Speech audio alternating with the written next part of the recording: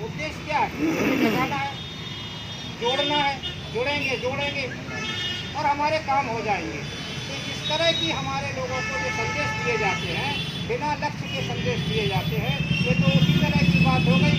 बोले घर से निकल पड़ो, चलते रहो, मंजिल मिल जाएगी। मंजिल निर्धारित नहीं है, मंजिल निर्धारित नहीं है, बस चलते रहो मंजिल मिल जाएगी। तो निर्धारित तो पहले करो मंजिल क्या है। तो हमारा सभी से ये निवेदन है कि हम लोग जब जनता को जागरूक करें, जनता को संदेश दें, तो क्या संदेश दें?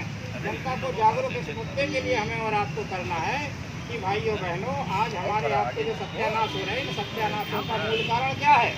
हमारे आपके वर्गों के जो अधिकार खत्म हो रहे हैं, संविधान के ऊपर प्रहार हो रहा है, खत्म हो रहा है, निजीकरण हो रहा है, शिक्षा महंगी हो गई है, तमाम तरह की सुविधाएं, जो संवैधानिक अधिकार बाबा साहब ने हमें और आपको दिलाए थे। दो बातें कही थी उन्होंने, एक लाइन कोड करते हुए बाबा साहब ने, याद है आपको? याद जरूर है, हम दूसरे रूप में बताते हैं। उन्होंने कहा था जब संविधान बना दिया और अधिकार हमें और आपको दिला दिए, तो उन्होंने एक लाइन कोड की थी। क्या लाइन कोड की थी? कि मैंने आप लोगों को माइनस से प्लस में कर दिया। क्या कर दिया? मैंने आप लोगों को माइनस से प्लस में कर दिया। क्या प्लस में कर दिया और क्या माइनस है? हमारे पूर्वजों को इंसान होने का भी अधिकार नहीं था संविधान लागू होने से पहले, यानी हमारे अधिकार माइनस में थे, उनको उन्होंने प्लस में कर दिए। और दो दिशा निर्देश दिए, एक ऑप्शनल था और एक कंपलसरी था। ऑप्शनल क्या था? ऑप्शनल था कि अब आप लोग इस प्लस में और प्लस करना, ये ऑप्शनल था। और दूसरा जो था वो कंपलसरी था, यदि आप इस प्लस में प्लस ना कर सको तो इसमें से माइनस मत होने जाना, यानी जो हक अधिकार मैंने अभी दिला पाए हैं आपको, उनमें आप प्लस करना। ये हमारी आपकी जिम्मेदारी थी, हमारे राजनेताओं की जिम्मेदारी थी, हमारे सामाजिक संगठनों की जिम्मेदारी थी, हमारे जो मुस्लिम, सिख, ईसाई, बौद्ध के जो हमारे धर्म गुरु हैं और धर्म संस्थान हैं, इनकी जिम्मेदारी थी कि जब हमें आज़ादी मिल गई है तो हम अपने जो अधिकार उस समय हमें संविधान में नहीं बाबा साहब दिला पाए थे, परिस्थितियों के कारण उनको आप प्लस करना, और प्लस नहीं कर सको तो माइनस मत होने देना किसी भी हालत में। आज हम और आप क्या देख रहे हैं, इस बात की कहीं समीक्षा होती है, इस बात पर कहीं चर्चा होती है कि हमारी जिम्मेदारी क्या है, हमारे नेताओं की जिम्मेदारी क्या है, हमारे धर्म के धर्मगुरुओं की जिम्मेदारी क्या है? क्या इस बात की कहीं समीक्षा होती है, इसकी चर्चा होती है? चर्चा ही नहीं होगी तो काम क्या होगा? चर्चा ही नहीं होगी तो काम नहीं होगा। हम लोगों ने ऐसी चर्चा को पूरे देश में छेड़ दिया है, पूरे देश में ये चर्चा छेड़ दी गई है, बड़े बड़े उसमें जा कर के चर्चा की जा रही है, हर जगह ये बात बताई जा रही है कि भैया पहले तो ये जानो कि हमारे आपके सत्यानाशों का मूल कारण क्या है। मूल कारण है हमारे आपके सत्यानाशों का देश में और प्रदेशों में हमारे नॉन जनरल वर्गों के फेमस पार्टी अध्यक्षों की सरकारों का ना बन पाना, ये मूल कारण है हमारे सत्यानाशों, हमारे अधिकारों को लुटने का और हमारे सत्यानाशों का एक ही मूल कारण है हमारी सरकारों का ना बनना। अब बात आती है हमारी सरकारें क्यों नहीं बन पा रही है, जनता से ये भी पूछना है और उनको ये भी बताना है। लोग कहते हैं साहब अशिक्षा है, ये नहीं है, ये है, वो है, तमाम कारण गिनाते हैं, लेकिन आप और हम सब जानते हैं किसी भी प्रश्न का जो उत्तर होता है वो एक ही उत्तर सही होता है, बाकी उत्तर सही नहीं होते हैं। जैसे 5 गुणे 5 का उत्तर क्या है? संख्या तो बहुत सारी है, लेकिन 25 ही आंसर करेक्ट होता है किसी भी भाषा में पूछो। इसी तरह से कोई भी सवाल पूछेंगे आप तो उसका उत्तर एक ही सही होता है। अब एक उत्तर सही कैसे, उसको कैसे आइडेंटिफाई करेंगे, उसकी कैसे पहचान करेंगे? अभी हमने कहा कि हमारे सत्यानाशों का मूल कारण हमारी सरकारों का ना बनना है, तो ये प्रश्न का उत्तर ये सही कैसे है, इसको कैसे आइडेंटिफाई करेंगे, इसको कैसे प्रूफ करेंगे? तो थोड़ी देर के लिए मान लीजिए कि अगर हमारी सरकारें बन रही होती तो क्या हमारे खिलाफ जो है CA और NRC जैसे कानून बनाए जाते?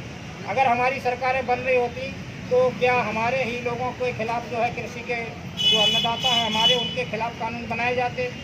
क्या हमारे लोगों को नौकरियों से बेरोजगार बनाने के लिए सरकारी विभागों को ख़त्म किया जाता? बहुत सारी ऐसे हमारे आपके बीच में जो समस्याएं खड़ी हो गई हैं, क्या अगर हमारी सरकारें होती ऐसा होता? बताइए, आप लोग बताइए, ऐसा होता क्या? नहीं होता ना। तो इसका मतलब क्या हुआ?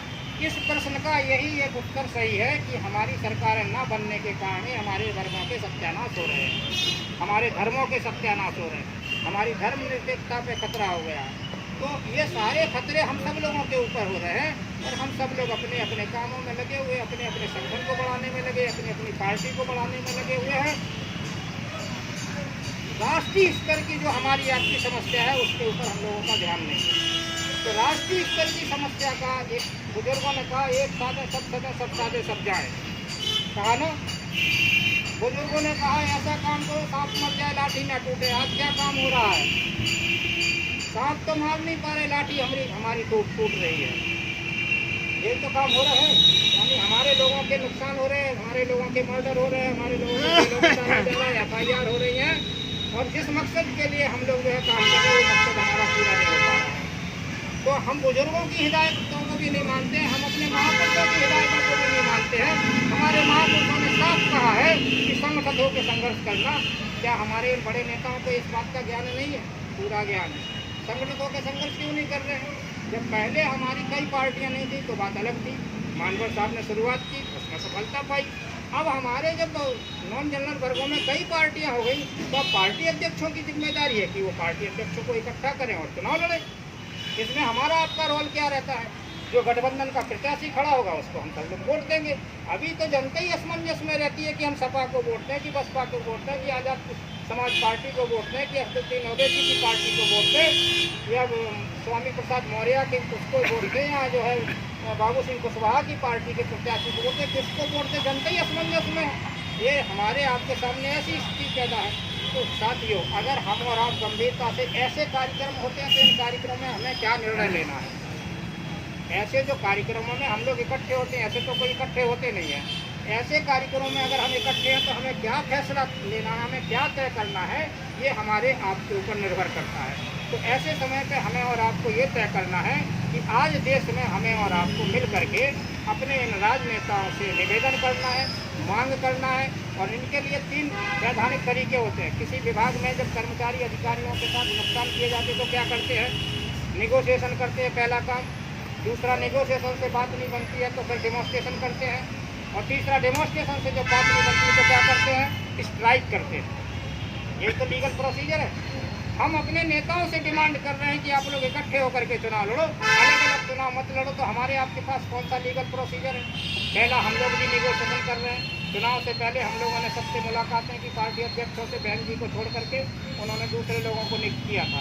बाकी सब नेताओं से हम लोगों ने दिल्ली से लेकर के और इधर राजनाथ और तेजस्वी यादव से लेकर नीतीश कुमार सबसे मुलाकातें की। और अभी हम लोगों का DMK के जो इस समय CM है उनके साथ बातचीत हो गई है, उनके साथ भी हमारा डेलीगेशन जा रहा मिलने के लिए। तो हम लोगों ने बातें की, नेगोशिएशन किया, नहीं उन्होंने ध्यान दिया और नए नए मोर्चे बना करके चुनाव लड़े। हम लोगों ने पहले बता दिया था कि NDA की सरकार फिर बनेगी। तो इन नेताओं को समझ में नहीं आ रहा, इनको समझाने के लिए जनता को दबाव बनाना पड़ेगा। हमें और आपको सड़कों पे आना पड़ेगा। आप लोग तैयार हैं क्या इस काम के लिए? सड़कों पे आने के लिए, इस मुद्दे को उठाने के लिए हमें और आपको तैयार होना पड़ेगा। अंग्रेजों को भारत से भगाने के लिए अंग्रेजों भारत छोड़ो नारा दिया था और बच्चा बच्चा, महिलाएं और बुजुर्ग सब लोग सड़कों पे आए थे तो अंग्रेज भागे थे।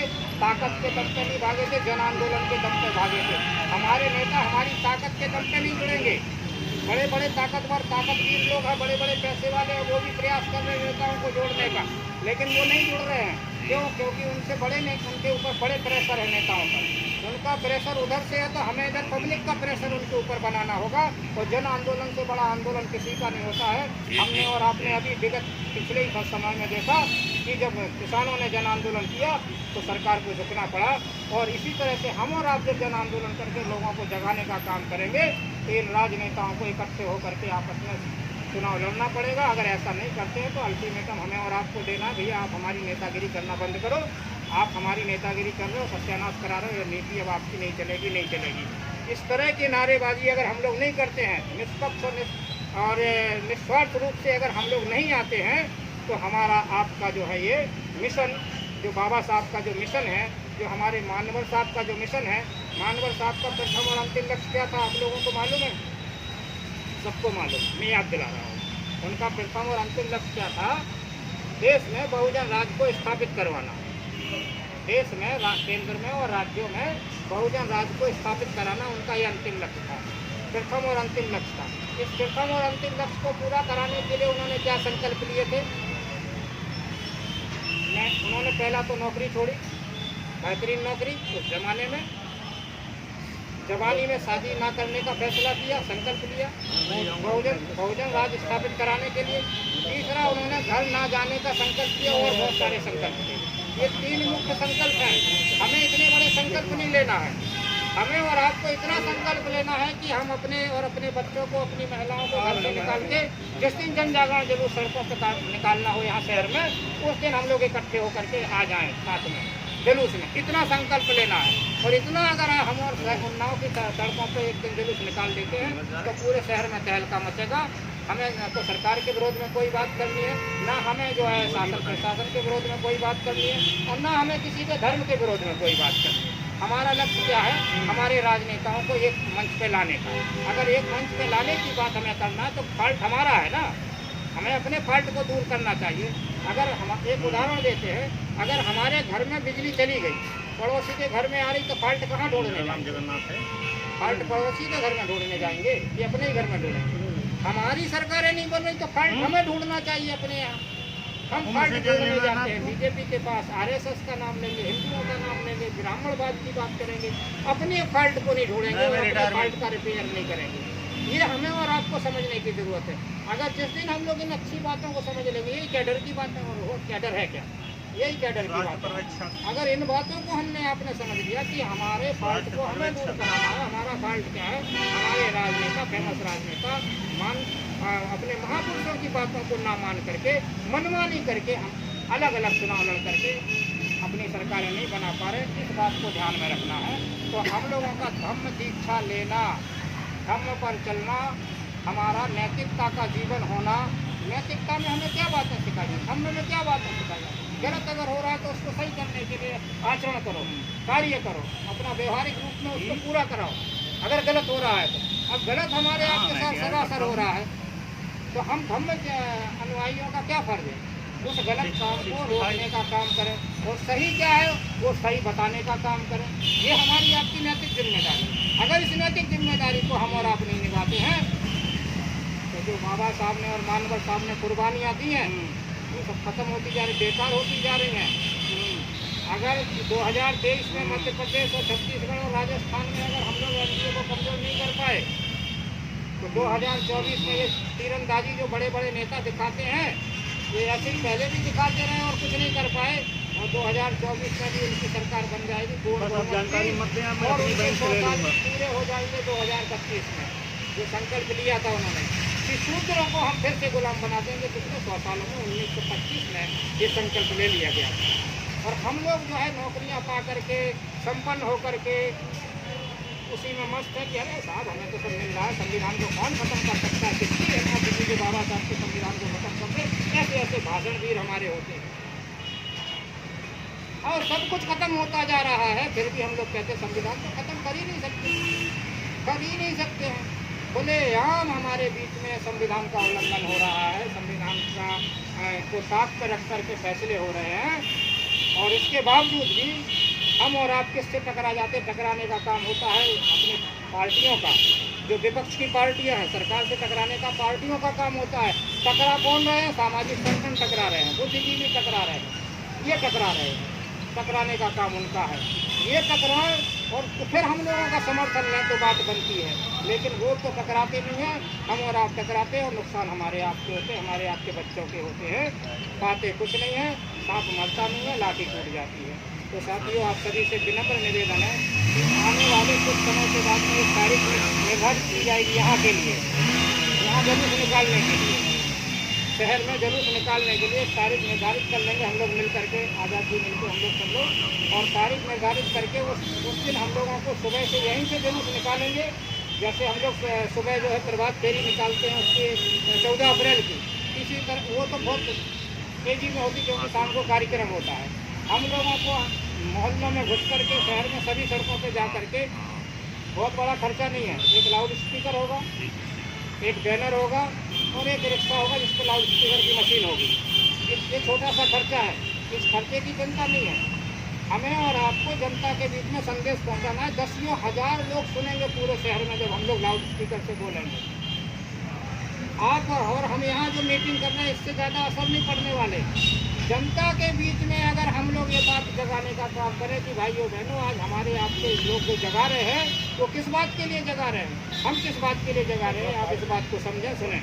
तो बहुत बहुत धन्यवाद। खत्म, हमारी ये बात खत्म होती है और आप सभी से निवेदन है कि आज इस धम्म दीक्षा दिन के अवसर पर आप लोग अपना संकल्प लें कि अब हमें और आपको अपना जो कर्तव्य है वो कर्तव्य को वर्तमान की जरूरतों को पूरा कराने के लिए हमें अपना फैसला लेना, संकल्प लेना, तय करना है। धन्यवाद। जय भीम, जय भारत। सभी को नमो बुद्धाय। धन्यवाद अध्यक्ष जी को।